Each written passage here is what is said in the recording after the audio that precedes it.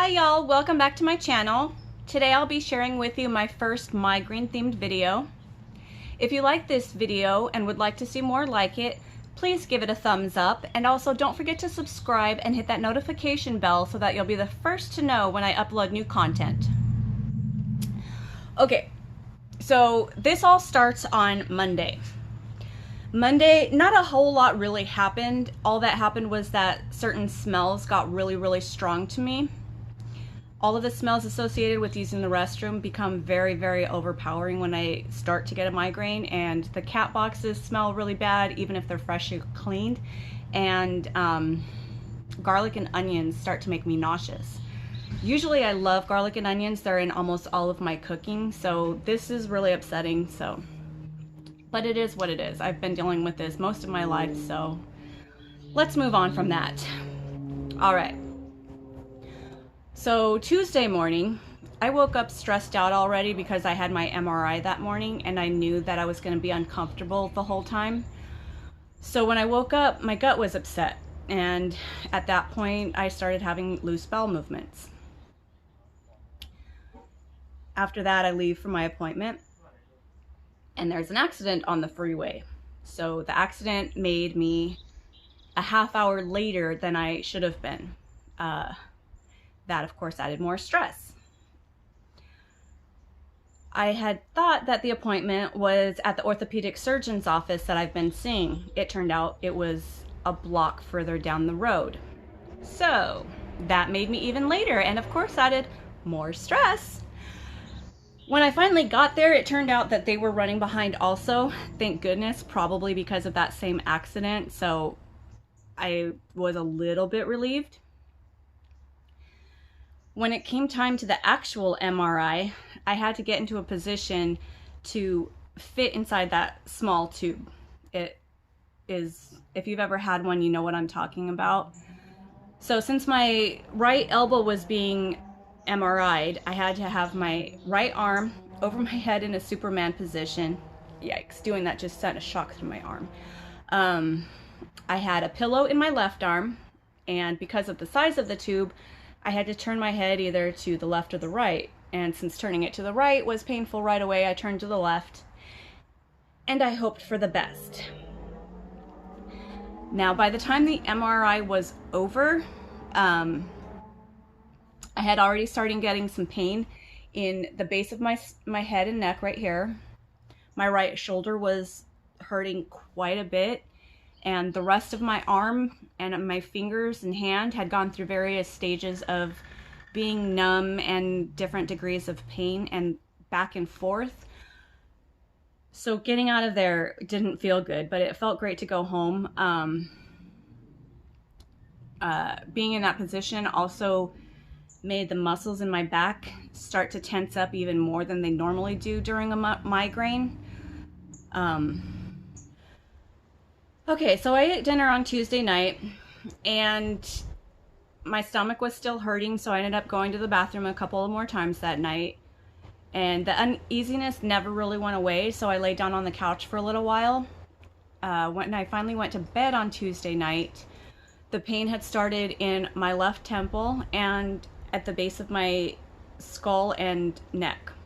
Pretty much all of my migraines involve that kind of pain on either my left side or the right side. It's mostly the left, but sometimes the right.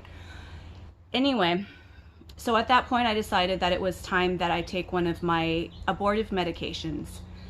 I have quite a few. I decided to take my sumatriptan that night, hoping that I'd wake up and the little bit of pain that I was in would be gone. Wednesday morning I woke up and the pain was not gone. It was actually worse. That uneasiness in my gut was still there, and I started to have nausea. But I had a lot to do that day, so this meant taking more medication. At this point, I decided that I'd use the nasal spray version of the sumatriptan that I have, so I did that, and I took some ondansetron for the nausea. I ended up going to my physical therapy that day, and the stretching helped a bit. The medication that I had taken helped a bit, but it didn't make the pain go away. It just eased it up enough so that I could make it through the appointment. And then somewhere on my way home that day from the physical therapy, I started to get light sensitivity and the nausea started coming back and my head started hurting again. But I had decided that I was going to film that day, so I decided to push through. I managed to make it to the grocery store and get what I needed. I also bought a Coke and some chocolate because sometimes that combination helps me. So I got home. I took one more sumatriptan. I drank my Coke and ate some chocolate and filmed my video.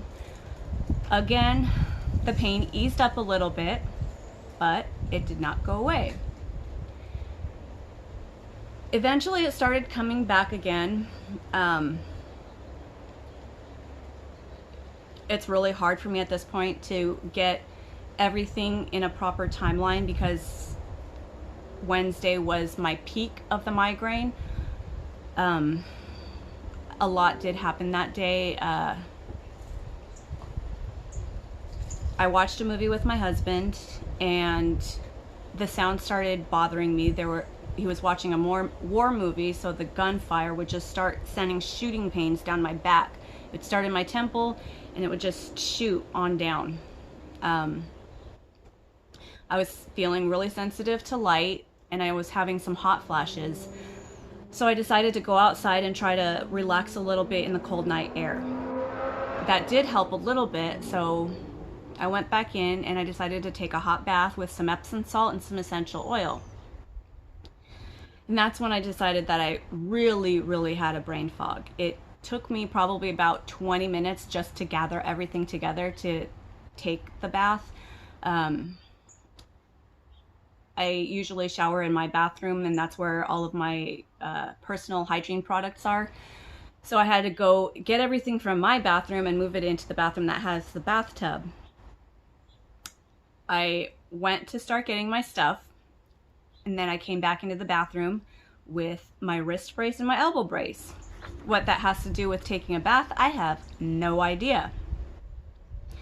And light was bothering me a lot, so I decided that I was going to light some candles. I went through each candle, smelled each of them because some of them I really cannot light when I have a migraine because they'll make me vomit. So I smelled all of them and set aside the ones that I couldn't light because if I left them with the rest of them, I'd probably end up lighting them. But I still didn't have everything I needed. I went to get the rest of my stuff. I came back with just my towel. And then I forgot my shampoo. And then it turned out that I had forgotten a lighter. How am I going to light candles without a lighter? So all of this was just one day. Sitting in the hot tub in the dark again helped some, but it didn't make the pain go away. I got out of the bathtub and decided that it was time to go to bed because I had had enough of the day and I wanted to start over. So I ended up taking some ice packs with me to bed just in case I decided that I needed to put it on my back, my neck and head. I did. I ended up sleeping with one of the ice packs on my temple for a little bit because that I could feel that it was swollen. And I also ended up taking some ibuprofen PM. Usually I don't take ibuprofen because it doesn't do anything for my headaches, but because I had the inflammation going on in my arm and my back was hurting so much, I decided that I'd use it. That probably wasn't the best idea because whatever it is in that kind of medication, the ingredient that makes you sleep, often gives me kind of a hangover from it. So when I woke up on Thursday morning, the pain wasn't gone still. And that was day 3 with pain. I decided to take one more sumatriptan, and that did help. I started getting the relief after that.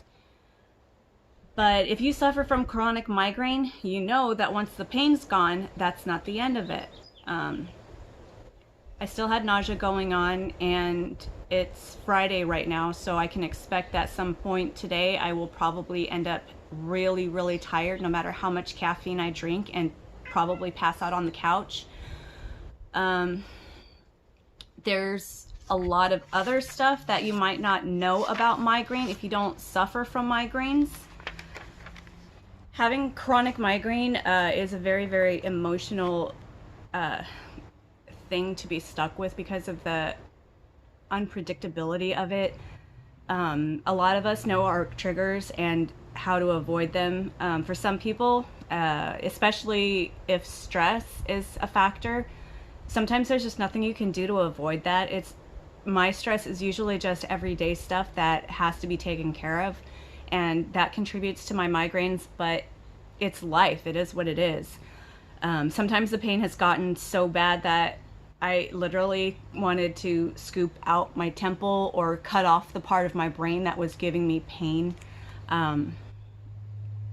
It just hurts. It's bad. It's not a good thing. Okay, so a migraine is not just a headache. I had a headache once. And I have to tell you that I was so relieved to only feel pain going on in my head. That headache was so much better than even my most minor migraines because we feel it in so much of our bodies. Another thing that you probably don't know is that migraine medications are very, very limited. I get 10 pills a month of the sumatriptan that I take. But I am very, very lucky to have a very good neurologist, and he's got a very good team. They've equipped me with an arsenal of abortive medications. In addition to the pill version of the sumatriptan, I have the nasal spray that I mentioned, and I can also get it in an injection. Other than the sumatriptan, I have a medication called Sprix, which is a nasal spray version of, I think, tramadol. But I have to be a lot more careful with that one because it has a lot more side effects. And he also has other options available to me in an emergency that I can either go get injections in my head in the office if I can make it there. And he also has, I've taken Naratriptan, I think it's called, which is used if you get stuck in a cycle of medication abuse. It gets really, really easy when you have migraine because you just want the pain to stop, but you can only take medications for a certain amount of days before you start to become dependent on it. So the Naratriptan helps you break that cycle. It'll keep a steady amount of pain reliever in your system, but not enough to where that you're gonna need to keep taking it after the 5 days that you're on it have passed. Other than my abortive medications, I also have an injection that I take once a month to prevent migraines, and I'm also on an antidepressant to help. A lot of people are not as lucky as I am. My sister, for instance, lives in Michigan, and the neurologists in Michigan are not located close enough to where she could travel there conveniently enough. It snows a lot where she lives, so going 2 towns over to see a doctor is nearly impossible. Some people experience what I've experienced on a daily basis. They live every single day of their life with migraine pain, and for some people who have it severe enough, they've got pain up there in the 8, 9, and 10 every single day. And it's not just in their heads. You feel it in every system of your body. If you know someone who calls in sick for migraine, don't give them shit about it. They're not staying home watching TV all day or going out with friends. They're most likely in the darkest room that they can find in their house, and they are probably either curled up in a fetal position on a couch or on a bed, and sometimes on the bathroom floor, because if you're not vomiting, you probably have diarrhea. Sometimes you've got a combination of the two. Sometimes when you have diarrhea, it makes you vomit because that smell just, you can't handle it right now. If someone you love tells you that they need to be alone because they have a migraine, give them the space they need to heal. They need it. If you touch them, it could send waves of pain through their entire body. More often than not, there's nothing that you can do anyway, so just let them heal, and then they'll be fine and talk to you when they're ready to talk to you. And if you're going through this, remember that you are not alone. Someone out there is probably experiencing something exactly the same as you. So until my next video, take care everybody. Bye-bye.